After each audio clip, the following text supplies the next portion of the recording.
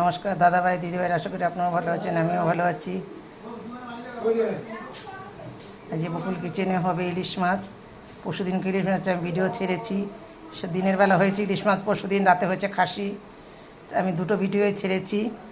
কালকেও খাসি হয়েছে, সেই ভিডিওটা আমি ছেড়েছি। আজকে আবার ইলিশ মাছ। এই ইলিশ মাছ আজকে আমি বেগুন দিয়ে হালকা পাতলা ঝোল করব। আজকে আর ভাপা করব না। আপনারা আমার দয়া করে ভিডিওটা একটু দেখতে থাকুন। আমার তেলটা গরম হয়ে গেছে, এখন আমি মাছটাকে ভেজে নেব। মাছটাকে একটু আমি হালকা পাতলা করেই ভাজবো, যেহেতু ইলিশ মাছ।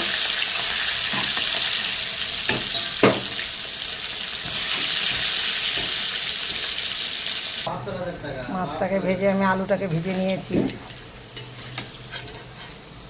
আলুটা আমি নামিয়ে নেব।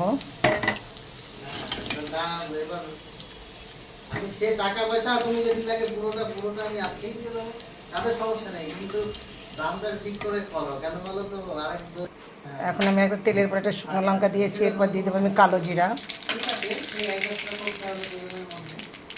এখন এরপরে দিয়ে দেবো আমি বেগুনগুলো।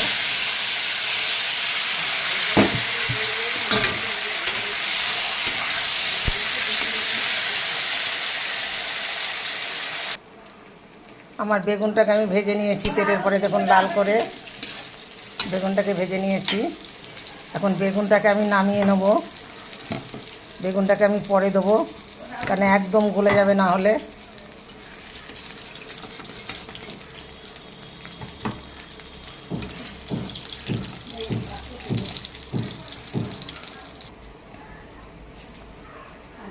এটার পরে আমি আদা, পোস্ত আর সর্ষে আমি বেটে নিয়েছিলাম, সেটা আমি আলু কষানোর ভিতর দিয়ে দিচ্ছি। এখন আমার এটা ভাজা হয়েছে, আমি এর ভিতরে দিয়ে দেবো একটু হলুদ, দিয়ে আমি এখন এর ভিতর জল দিয়ে দেবো।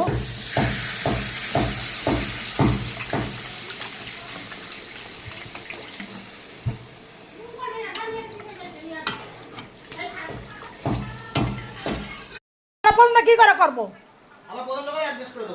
তুই ঘোরা টিম করে যাচ্ছিস, সেটা মানে ভিডিও নষ্ট হয়েছে আমার। তোরা কোনো সময় আমার জিনিসের হাত দাস না। জয়েন করে দিবি এখনই, দিয়ে তারপরে যাবি।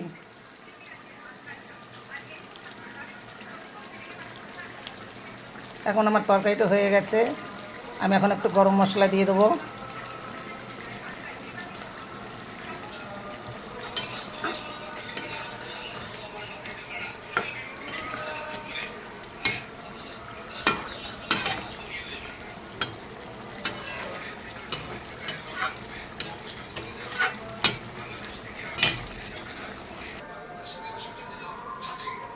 আমার ফুলকপি আলুর তরকারিটা হয়ে গেছে। ফুলকপি আলু কাতলা মাছ দিয়ে আমি করেছি।